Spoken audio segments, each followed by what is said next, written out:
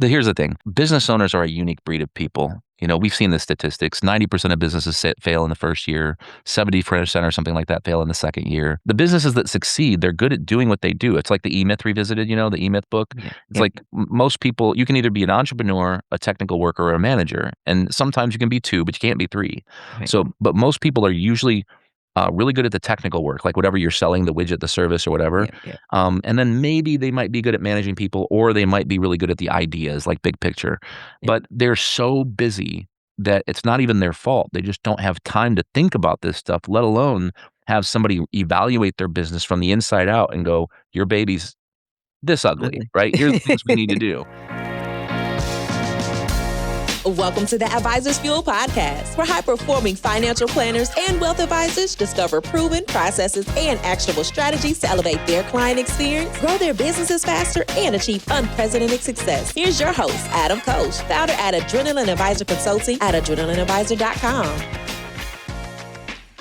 Welcome into the Advisor Fuel podcast. My name is producer Kyle. Just jumping in quick to do an intro for Adam, who is out of the office this week. This conversation is from a podcast that Adam was recently featured on with Christine McCarran. Excited to share it here on the feed with you today. In this discussion, Adam and Christine talk about fiduciary responsibility, business ownership, and the importance of planning ahead instead of reacting. All topics that align closely with Adam and the topics that he discusses with his clients on a regular basis. If you care about understanding the why behind financial advice and making more informed long-term decisions, hopefully you'll take some value from this podcast. If you would like a second opinion on your retirement plan, please be sure to visit libertaswealth.com. There is a link in the show notes for you, and you can check out to see if they would be a good fit. And as always, Adam always says, there are thousands and thousands of podcasts out there. We appreciate you taking a few minutes to listen to ours today. And now on to the conversation with Adam and Christine McCarran. Welcome to another episode of Get Your Fill, Financial Independence and Long Life, where we explore ways to achieve those two goals. And you are going to be so excited. You're going to love today's conversation because I know that you've been thinking that you've either started your business or you're thinking about starting your business. But you know what's really fun to think about is someone buying it from you and figuring out like how to make that happen and how to monetize this cool life's project that you've been working on. So Adam Koós is with us today. He is a nationally recognized wealth advisor. He's president of both Elevate and Exit and Libertas Wealth Management Group, where he's been guiding business owners and working professionals to financial success for more than 2 decades. He's known for his straightforward, no-nonsense approach. He has been featured in major outlets like MarketWatch, The Wall Street Journal, Forbes, and he's been ranked by Investopedia as one of the top 100 most influential financial advisors in the country. Isn't this cool? Aren't you glad you tuned in today? Now I'm blushing, but thank you. You should be blushing. This is very exciting. When he's not demystifying the complexities of retirement planning, you can find him hosting insightful podcasts or enjoying life's adventures with his bride and 2 boys. That's nice. Welcome, Adam. Yeah. Well, thank you so much. Yeah, it's going to be fun. It is going to be fun. Thanks for being with us today. Oh, thank you. So before we started the recording, I was like selfishly thinking of pumping Adam for information about my business, which I'm going to be exiting in 2 years. And so we thought, hey, why not just bring you all in on the conversation and maybe we can use it like imagine it's a theoretical sort of thing because I'm about as far from being prepared to sell as a person could be. So you probably could learn all kinds of great stuff. And if you have thought, so this is what happens to people is they get this business going and they're all excited and they're like put all their heart and soul into it, but they don't necessarily think about the exit plan. So does it die when you die? Do you just have to like walk away from it and just let it implode without you because you now don't want to work, 75 hours a week? But there's an option, right? There is an alternative. If you set your business up correctly in the front end, then when it comes to the back end, you can actually sell it to somebody else who's going to enjoy it and love it the way you did. And they'll also give you some money. So yeah, imagine that. Yeah. Well, because so many of us who have small businesses like, oh, what's your retirement plan? My retirement plan is every cent I have goes into my business. That's the plan, right? So it'd be great if you could take some of that back. Yeah, 100%. I think that I'm glad you said that. I'm glad you started with that actually, because the reason we started doing this as part of our wealth management practice and made this a big initiative starting back in 2020. Well, and by the way, the reason it started was because we got bored. Every day we usually had 24, 25 appointments a week, and then for 8 weeks we had 3 appointments. That's right. In 8 weeks. So happy hour got earlier every day. Looking for initiatives to install. But I read this book by the founder of the Exit Planning Institute, and the statistics blew my mind. So to start right off with what you just said, 80%. So the business owners listening right now or watching, 80% of business owners' net worth is in their company. And I pause on purpose because if you're listening to this or you're watching it, you're probably nodding your head and going, "Yeah, it sounds about like me." In fact, some people might think even more of it is in more than 80%. Now, you got to keep in mind you probably own a home, so brokerage assets, retirement assets. So it's usually about 80/20. Here's where things get really scary, and the reason why we started doing this and making this a huge focus of what we're doing for our clients, which is basically bringing awareness to the crucial need for business owners to start planning for their transition well before they transition. I always say that you should start. It doesn't matter if you're 3 years from exit or 13, and we can talk about why that's so important or the side effects of it, but 80% of business owners' net worth in their network is in their business, but 80% of businesses don't sell; they dissolve. Wow. So think about all the great times you've had in your business since you've started it. The successes, the milestones, the excitement. Of course, most business owners are probably like me in that they hit a big milestone and then it's fun for a few hours and then you wake up the next morning and think, well, what's next? That where were the fireworks? I thought Right. this was going to be great. And like you buy a new car, you get so excited about this new car, and 2 weeks from now it's just the car. Who Exactly. cares Oh, it's anymore? dirty. Forget it. Fun's Right. over. So imagine all those great times, the milestones, but more importantly, um, think of the rough times. Think of the times that you hired a bad staff that didn't work out. You lost money, you lost time, struggles. Like I always like to share, there was a time when I would come home early in my career and I would hide from my wife that I was trying to find things in our house to sell on eBay so I could pay the mortgage, but Oh I didn't my want to God. freak her out. So Yeah. think about those times. Think about the struggles and how tough those times were and the successes, and then imagine being at the end of your career and not getting anything for it. So all that blood, sweat, and tears, your family getting nothing for your life's work. And so that's the first thing I want you to think about. The second thing is if you happen to be one of the 20% that's lucky enough to sell your business, 75% of those 20% sell for less than market value. And the reason why is for improper planning. They just don't plan. People say, you ask a business owner, I'm sure that you've probably know a business owner friend, maybe you're one of them, and people ask you, "Hey, when you thinking about retiring? When you think about kind of stepping away?" And you'll say, "I don't know, like 2, 3 years."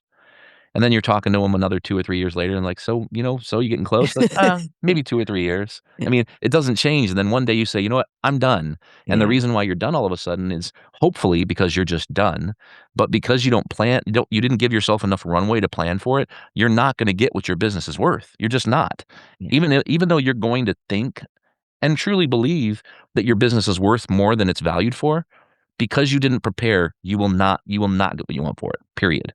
Um, so those statistics that the 80, 80, and 75 are kind of why we're doing it. And you could probably tell I get all fired up about this, but I am a business owner of 23 years here, and I want to save people from themselves and help them basically, get the right price for their and monetize their life's work. But I'll shut up. I'm talking too much. No, you're perfect. But that's actually a question that I mean, I know I have to like increase cash flow, whatever, but how do you actually value a business? I've heard so many different metrics. I've heard so many different things. I know of course, it's worth what somebody's willing to sell, but there has to be some way you can kind of get your arms around what somebody would be willing. So, for example, one of my other hats. So the business I'm going to sell in 2 years is my co-working space. So I'm going to, open more offices and have an actual package to give to somebody to sell to somebody. But I'm also a real estate broker, and I know people sell their brokerages, and, like, Sure. and really what you're getting there is a promise of some future business, right? How do you value that? I mean, I know this is a huge question, like, well, what kind It of is. business is a crazy person? But, is there a metric? Is there some kind of way that people can get an idea of how much their business might be worth to someone?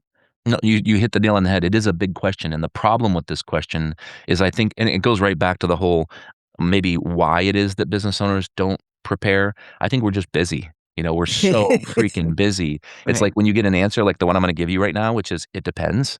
Yeah. You're like, "Oh god, here we go." So that helps a whole lot. "All right, I'm gonna go back to work now." So, I have actually, right after you and I are done recording here, I'm going to lunch with a client of ours who owns a real estate company who sold it. I'm sorry, who sold it, who just bought another real estate company. And we helped as part of that process on the buy side. So we have a little bit of a glimpse into what specifically the real estate sector looks like. Mhm. We've helped IT companies sell. Um, so every sector is a little different. Sometimes they'll say, it's a multiple of gross revenue, so top line. Most times it's a multiple of EBITDA. So and most people don't know even how to calculate EBITDA, Mhm. especially businesses say under 10 or even $15 million in revenue. Oftentimes, they're dealing with QuickBooks with their CPA. They don't really know how to use QuickBooks, but they know how to move the deductions around from meals entertainment to something else, so they get 100% deduction instead of 50%. I mean, we all know how to do that, but we don't know how to use our balance sheet and our cash flow statement, our P&L as a tool to help us with cash flow and help us grow. So we don't understand EBITDA and we don't understand multiples and kind of like I really appreciate, by the way, you being so transparent and willing to say that, hey, I'm selling this in 2 years, because most people don't want to share they're selling it either because they don't want to freak out their staff. They don't want to, Mhm. I don't know, front run the whole deal. So I would say it's usually a multiple of EBITDA. Sometimes it can be a multiple of gross, like in the financial advisory industry. In my industry, it's Yeah. a multiple of gross revenue. Mhm. But then there's all the intangibles. So yes, we want to grow our top line revenue, right? We want to make more money, but profit margins are in there. Risk is in there. You have to think. I'm going to stop so we can pause and kind of reset here. But you have to, when you think about selling your company, probably one of the first things you want to do, along a list of things, by the way, is to think like a buyer. Like if Yeah. somebody came in to buy your company, if you can step outside the box for a second and say, if I were buying my company objectively, which is almost impossible to do, what would I be thinking about? What would my not what would I love? What would I love about this company? What are the good things? What are the bad things? What are the things I'd be worried about? Yeah, absolutely.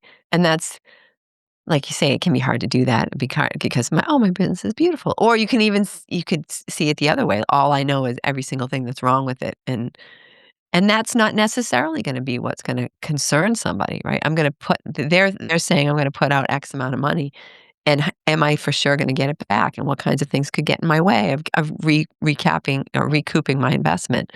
Is that something that you help people with? Is it to sort of be that person on the outside, the objective Yeah. observer? Yeah, we do help people with that. We have a big process we take people through. I always say that, and this might be a question you have, so I apologize if I'm answering in advance, but we always say that people should plan at least 2 years before they sell. And the reason for that is because if we do a plan, it usually takes a year to build the plan. Now I call it an emergency plan. Like if we're trying to really burn through it, we can burn through the plan if the business owner has the time and will dedicate the time to meet, do the homework, you know what I mean, and stay on pace. We Yeah. can do it in 4 to 6 months, but more importantly, once we have the plan built, now we've got to do the work. And I always liken that to, like, you go online and you hire a fitness coach or dietitian, or you go to the gym and you say, you get on the treadmill, they put that mask on your face and try to Mhm. suffocate you. And you say, okay, what do I need? What do I need to eat? What do I need to do to get in shape, get healthy, lose weight, whatever? Yeah. And they give you this diet and exercise plan. That's what we do. We build. It takes time, and Yeah. it's a lot of Q&A. It's a whole lot more than getting on a treadmill and suffocating you.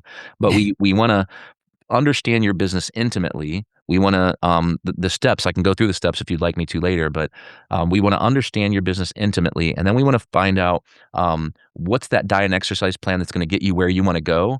And there's gonna be 12 things, by the way, but we can't do all 12 of them. So what we wanna do is we wanna organize those 12 things into the top 4 or 6 that really move the needle, and we can quantify how much it's going to change your absolute value or enterprise value and how much it's going to change the multiple. So we want to focus on the things that are really going to move the needle, and those are the things we're going to focus on for the next year or 2 years.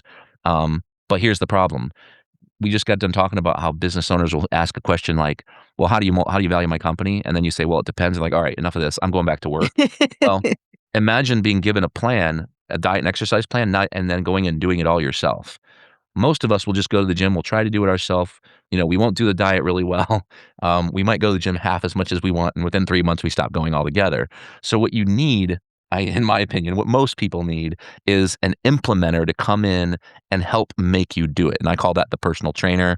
And it's Mm. usually a fractional CFO that you pay a retainer. They help you implement the plan. They take those 4 to 6 pillars of things we can improve that really move the needle. And over the course of 1 year to 2 years, we make those changes. And now all of a sudden, we've not only increased the absolute value of the company, or the enterprise value, but we moved the multiple, not only relative to your prior years, but also relative to other peers in your sector. Are there some things that sort of always get on that list, like drink more water? Like, Yeah, are there things that, drink more water. yeah. That's awesome. Well played, well played. Yeah, So no, there are. There's, I would say that a lot. One of the first things that comes up usually is retention. Retention bonuses, retention contracts with key employees. Mhm. So again, I come into my business and I look at it. One of the first questions I should think of myself as a buyer is, what happens if Christine's gone? Does this business run without her? Right. Right?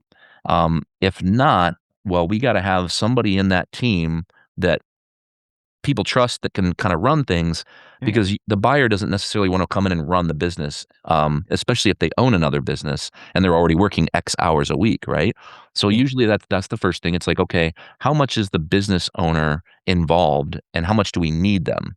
Yeah. A business that relies on the business owner 100%, and if the business owner were gone, the clients would all leave, is not a sellable business. Right. So I think that, but I think there's things you can do though to kind of, and the irony is, if you implement strategies to help fix that problem, the irony, and this goes back to, it doesn't matter if you're selling in 2 years or 12 years or 3 years and 13 years, is ironically enough, you're going to have more work-life balance now, right? And isn't that what we all kind of want? Or at least we say Right. we want it, right? But then we just keep working. So that'd be the first thing. Another thing would be customer concentration, Mhm. which you wouldn't have to worry too much about in a co-working space or even as a realtor. Um, but there are companies out there that they'll be making, say, 10 million in revenue, and their top 5 clients account for 4 million in revenue. That's kind of a problem. Yeah. So and then it goes back to question one: how good are the relationships, or how close are the relationships between the owner and those top 5 clients? Because that could, all of a sudden the business goes down in value dramatically, and that's not even it's not even a tangible qualifiable metric really. It's an intangible. Buy sell agreements, continuity. Something happened to the owner who would take over. That kind of goes along with the first thing. Retention bonuses, retention contracts with key employees, so they stick around for the next 2 years. Because oftentimes, if you've got a great business owner that everybody loves, and they leave, obviously you're not telling your staff, you're selling usually. So when it's like, hey, I'm heading out, this person's coming in to take over, this company's taking over. Maybe it's a strategic buy where another company in the industry is buying you. And all of a sudden the employee's like, oh God, I really loved you as an owner. I think I'm going to start looking for a job. It's like, well, nope, hold on, get those things set in Right. advance. Right. Yeah. And then maybe they find out things are great when the successor owner comes in. So that will be another one. And then I'll say a third big one is, and this is not so much about on the buy side as it is on the sell side, is there's a survey that goes out every year, and the last one I saw said that 75% of business owners who sell a year later strongly regret that they sold their business. Really? And the number one reason by far as to why they regret selling is because they didn't have a plan for what they were going to do when they quit. Because we business owners work 50 hours a week. It's our Right. baby. Right. And then we think, oh, we're just going to ride off into the sunset. And then we're bored. And we're Right. like, God, I have no purpose in life now. So you have to build step of the 12-step process we take people through. Step 3 and 4 include a personal financial plan for the owner and wife. Sorry, owner and husband, or owner and wife. Yeah. Or if it's multiple partners, we literally will do multiple financial plans, retirement plans, and so much of it is intangible. It's not it's not just the numbers. Obviously, the numbers have to be a part of it. Which, Yeah. for instance, what's the business have to sell for you to ride off in the sunset? What's that Right. number have to be Yeah.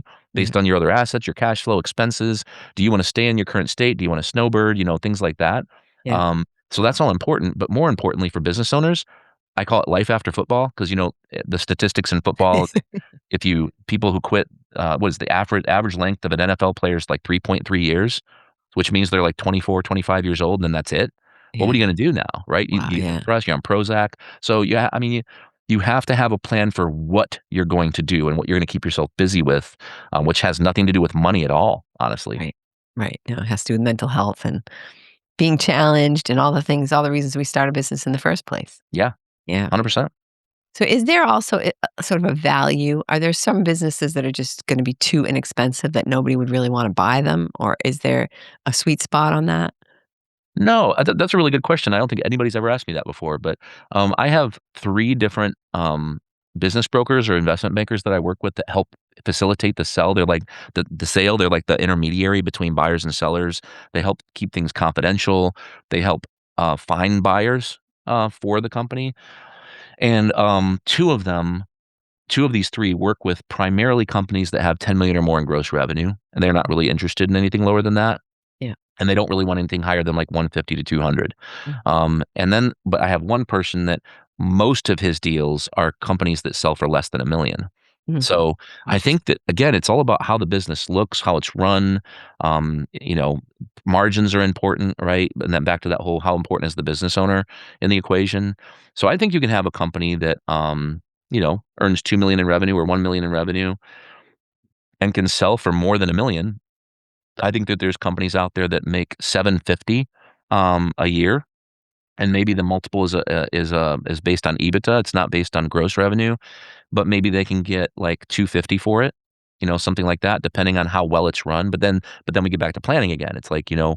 we can't just say to ourselves as owners, all right, I make 750. I worked my butt off for 3 decades. This is a great business. It's provided a pretty good lifestyle for me.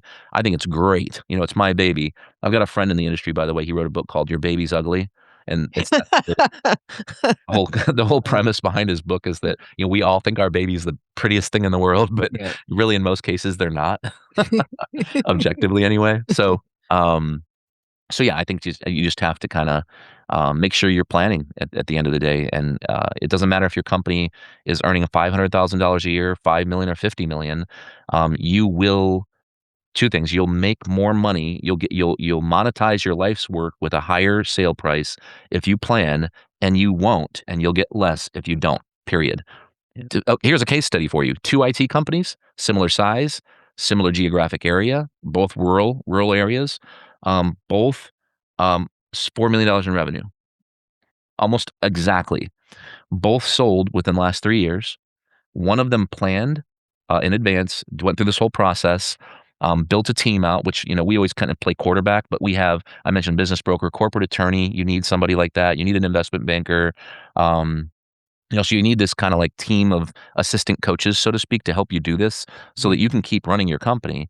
But anyway, the 2 companies, $4 million a piece in annual revenue, both rural, both same sector. One planned, did a planning process in advance. The other just said, I'm done, I want to sell.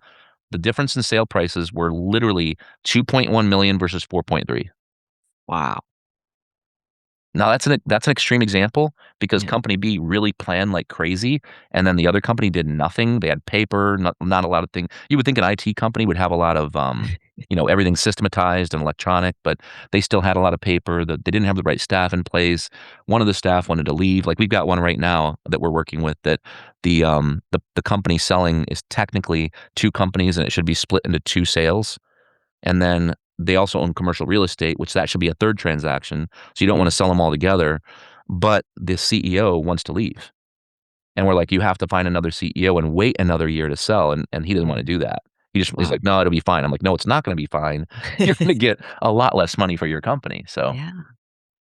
Yeah, that's interesting that you brought that up because I also own the space where the business is, and I was wondering about that. Like, is that something that I should consider?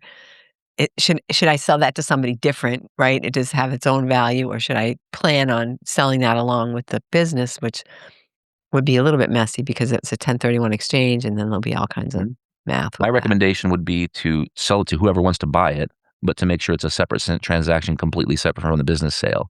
Yeah, So it can be sold to the same person who's buying the business, but it needs to be a separate transaction yeah. for the sake of 1031. We can open up a whole new rabbit hole there, by the way, which I'll just tease you with. But you could also the most recent company that sold, they held on to like 3 commercial properties and thought they were just going to collect rent. And initially it was nice, but then eventually they just felt like they weren't retired because they were too Yeah. busy. So they just sold them. So they've gotten rid of those. So you can keep them and then sell them later. You can sell it at the same time to somebody who's not the business owner, like an investor, or you can sell it to the owner that's buying, as long as they're separate transactions. The rabbit hole tease that I'll share is that when you sell commercial or residential real estate, most people don't know that aside from owning more active real estate, so like selling your commercial property, you could go buy 2 or 3 residential properties and not pay capital gains tax, right? You could avoid the Right. cap gains by Right. 1031. Yeah. You could also sell it and you could put it into another commercial property maybe, and you could do a 1031 and avoid cap gains there. Yeah. That's all fine, but the problem that remains is the terrible T's, right? Toilets, tenants, trash, we're still working. What you can also do is something called a Delaware statutory trust, where you can 1031 it out of active, physical that you're managing commercial or residential real estate into a passive commercial property that you're a joint owner with a bunch of other people. It's private. The 1031 still works, and you're going to get maybe 3.5 to 4% annualized growth or income from it, partially tax qualified, and you don't have to manage it. It can be hospitals, it could be storage units. So that's another option too. Cool. Nice, good things to think about. Yeah. So when you're thinking about your own business and thinking about, do you have, are you doing all the things that you're teaching other people to do? And We are, yeah. We have a fractional CFO on that helps us. We practice what we preach here. So, we're bonus plans, having those in place, having retention in place. In our industry, it gets really hairy with non-competes and non-solicits. So one of the things that we learned over the years was instead of just doing non-competes and non-solicits, if you own a business where you have people who are either, in our case, financial advisors that are in charge of relationships, and the relationships kind of get deeper and deeper with that advisor or those advisors, or maybe it's I don't know, maybe it's I'll just throw it out there and say like a manufacturing or plumbing company. They sell plumbing supplies, and there's salespeople that are selling these things, a sales team, and you're worried about losing those people and losing the relationships. Instead of just having a non-compete and non-solicit, which we do, you can have what's called a buy-sell agreement set up, and it gets revised every 2 years, where not only they cause, non-competes and non-solicits are very easy to uphold, in court. Usually the business owner loses at the end of the day. But if you have a buy sell set up and you say every 2 years we're going to revalue your relationships and the people you're working with, and if you want to leave and you want to take those relationships with you, that's fine. Here's what it's going to cost you. And that holds up in court. because that's it, right? People, it's not even in real estate. I could work for, like I used to work for Remax, but people aren't working with me because I work for Remax. They're working with me No. because they trust me. So Right. if you walk away, it's not like, oh, well, I don't care because I just want to buy my food at Whole Foods. You know what I mean? It's not the same sort of thing. Yeah. So yeah, that's an interesting way of dealing with that problem and that situation.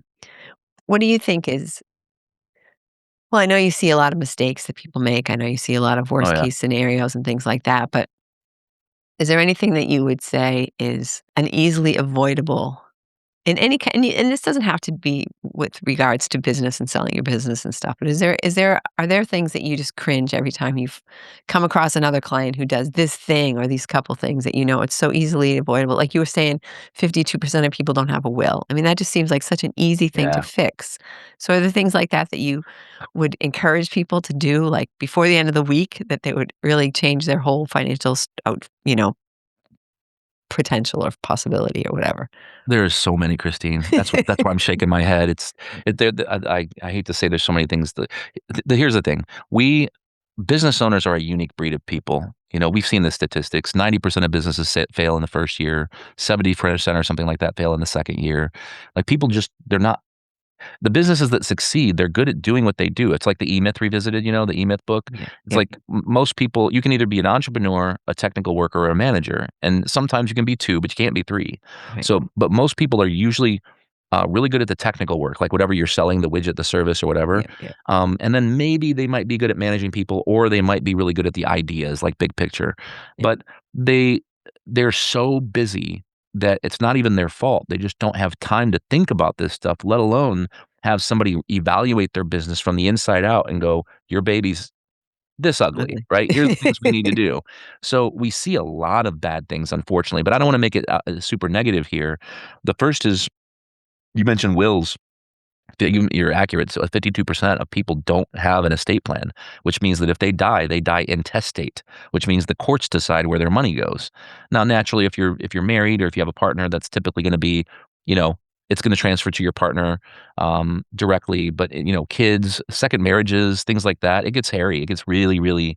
It can get nasty. Actually, we're dealing with a situation right now that's really actually the worst, most ugly situation we've never been a part of in 23 years, and it's not fun at all. There's liability for us. It's messy. So I'd say having an estate plan personally is huge. The business estate plan is a buy-sell agreement. Having continuity in place, a continuity plan in place, so that if something, heaven forbid, happened, you get T-boned by a semi on the way home from work, somebody's going to be there to continue running the company, or people. It could be if anybody's ever heard of an ESOP, an employee stock option plan. I mean, you can sell your company to the whole company if you've got the right people in place. There's huge tax advantages to doing that, by the way. But anyway, I digress. So I'd say that'd be one. Another one would be, I know we've already touched on this, but waiting too long to plan. There's not a whole lot anybody like me can do to help you, or a business broker for that matter. If you're like, I want to sell in a year, I mean, I want to sell in 6 months. I'm just done. I'm checked out, and things are just revenue's declining because it's obvious you're done, right? Right. We see all the time people overestimating the value of their business. That's typical, so you probably aren't surprised to hear that.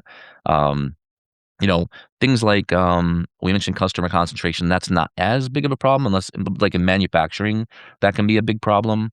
But tax planning, that's another big one. If you don't do any planning, you're probably going to pay the IRS a whole lot more than you realize. And not just when I say that, most business owners think, oh, you mean like paying income versus cap gains. It's like, no, that's part of it. But the bigger part of it is if you've got 2 or 3 years to plan, and you've got a cash problem, which is a great problem to have, right? Like, you're doing well. Yeah. We can set up, not only can you max out your 401k and then match yourself, but you can also do profit sharing and put more money away.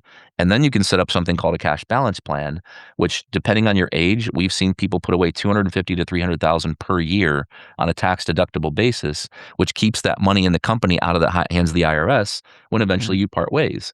Now, there's a limit. You can only put away just over $3 million into one of these. So that's the limit. And it has to be conservatively invested until you're done working. Then it can be rolled, and you can do whatever you want with it.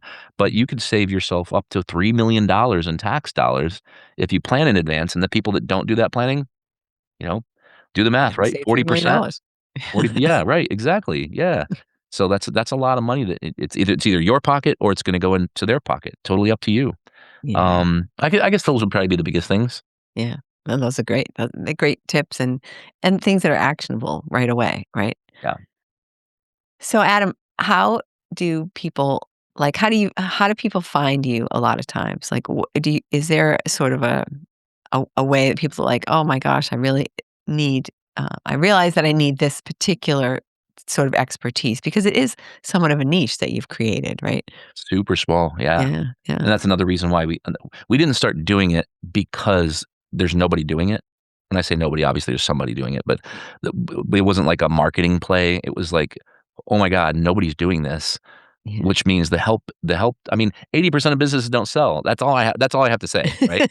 That we need to fix that, then Right. that's kind of my mission for the second half of my career, is to change that number as much as I possibly can. But, I think that most people find us, when I think about, people hire us, it's a lot of time it's Google. Honestly, they'll be Googling, how to sell my company, or a keyword in Google research is exit planning. So they'll just type in exit planning, and they'll find us that way. But we have a podcast called Elevate Your Business that we do every other week, where we're talking about stuff like this, but other things too. Interviews with people who, we've interviewed recruiters on getting top-notch talent. We've interviewed digital marketing companies about how to grow your company and use digital marketing to your advantage. So it's not just exit planning. We're trying to help people grow too. Um, but so that'd be, I'd say the podcast is one way. We read articles, social media, so we're on YouTube, Instagram, Facebook, LinkedIn, TikTok, all that stuff. So people find us that way. So, but if I built a pie chart, I would have to say most people find us on the web. Second most is probably just, social media, stuff like that. And third most is probably just a friend tells them about us, or maybe one of the business brokers or attorneys might say, "Hey, you need to talk to these people about getting a plan together." And of course, all those teammates or assistant coaches are part of the game plan. I will share one more thing, kind of a pet peeve. I think a barrier to entry is business owners worry it's going to cost too much. And they think, well, hold on, you want me to hire you, spend all this time I don't have, spend some money on it. If in the end the plan looks great, but I don't have time to implement it, now I got to hire somebody to implement it. Then I got to pay an attorney to help me with the documents. I got to pay a business broker to help me sell it. Like, am I going to be left with any money at the end of the day? Right, I And know, it does the sound a answer to little that, overwhelming. it takes trust. Honestly, it takes trusting me when I say this. If you don't do that planning and hire all those people, you will get less net after cost. Yeah, I guarantee you will probably get less. yeah. So that's a kind of a pet peeve. I guess maybe that's another thing that, when you said what things do you see that kind of just make you cringe, it's people who don't want to invest in their business to make it worth more. Yeah. Yeah, I can g you reminded me of, like, people who don't wanna pay a good CPA. It's Oh, like, if they're not saving you enough money in you know what I mean? At first time my CPA is retired now, my favorite one, he was so fantastic, but the first time I hmm, sat down with him, he looked at my prior year taxes, and he said, "Oh, you know what? Just do XYZ," and he ended up saving me, like, the first year and a half that I worked with him, right. just by looking at that one little change, and I don't know how much he saved me after that, but I'm sure it was significant, you know? And that's And another thing we see. I know it's not really an exit planning or business transition planning topic, but we see that with most business owners that are, doesn't matter where they are in their life cycle. The problem is CPAs don't hang a shingle on their door that says, "I'm a tax planner," right, or "I'm a tax preparer." right, But there's a difference between a planner and a preparer. My CPA charges me a retainer. I pay him monthly. And that is an incentive for him to talk to me, meet with me proactively, look at my books, make sure there's not any tax surprises at the end of the year. And so, I'm meeting with him 3 times a year to say, "All right, here's where we are. Here's how things have grown. What do I need to change my withholdings to?" And just like you, when I'd had 5 CPAs in my career, and I thought I had a great CPA like that, the last one before this guy. And when I sat down with him, I had the exact same experience you just shared, which is, he's like, "Hold on, why aren't you doing this? Why don't you have a car in your business?" I'm like, "Well, I was told because I'm a financial advisor. That's kind of, sketchy, to put a car in your business as a financial advisor." He's like, "There's no business owner I know that doesn't have a car in their business." He's like, "Now don't go putting something stupid in the company, but a car, right?" yeah, So, things like that. He's like, "Do you watch financial shows on Netflix?" Yes. Okay. Well, Netflix is the business expense. So it's like running through this list of things. Things at home. It's yeah, you do home improvements. You replaced French doors in the basement, and your home office is in the basement. Well, we're not going to do a home office deduction because that can be a red flag, and that gets a little bit too much in his opinion. But let's write off a portion of the door upstairs, the front door, and the downstairs door. Not all of them. Let's just write off the downstairs door because that seems legitimate. But anyway, there's lots of yeah, things you can do to save that tax bill for sure. But work with a tax planner. Don't just like your CPA because he or she is a great person and they're right, fun to hang out with. Sometimes you got to have those tough conversations.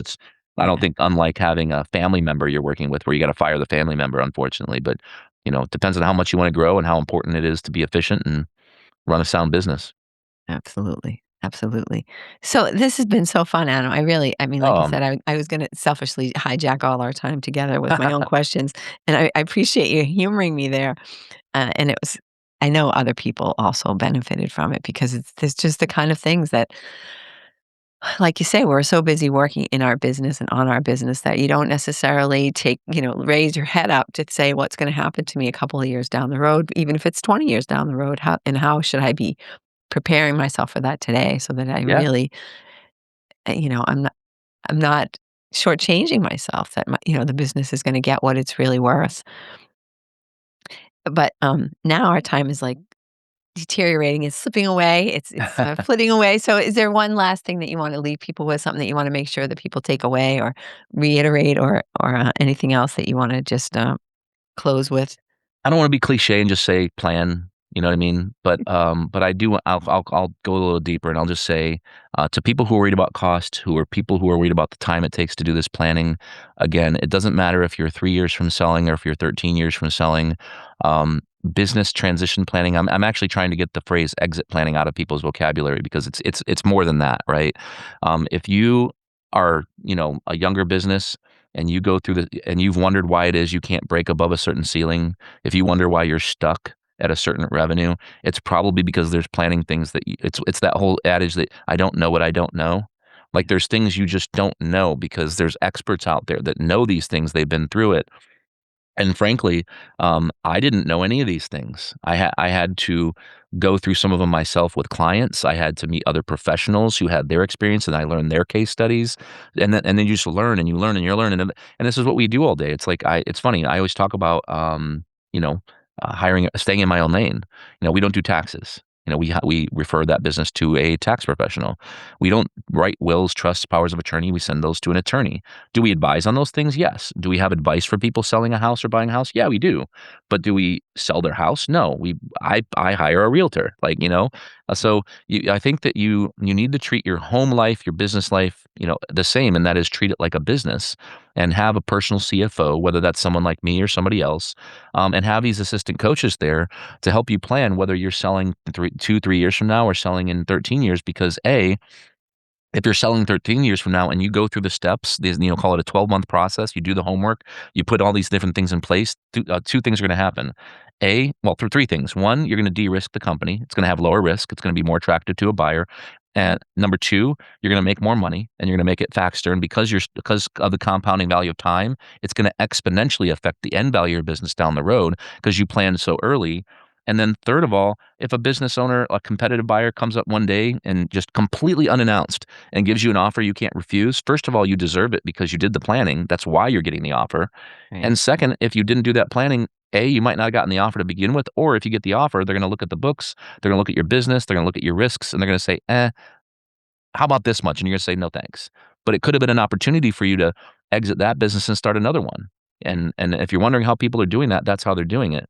And then it goes without saying that people who are within 2 to 3 years of selling, those people can really move the needle. That's where it gets I shouldn't say that's where it gets super exciting, but frankly, if I'm being selfish, it's like I'm a pretty impatient person and I like seeing that needle move fast.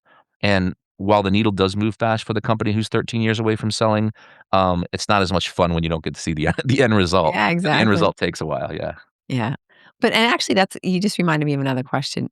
Is there an age that a company has to be in order for people to consider it? You know what I'm saying? Like, Yeah. I just started this business last year, but it's so profitable and now I want to sell it. Like, is that I mean, in your timeline, you have to be at least 2 years away from the start of the business, but hmm i is there such a thing as a company that's too young?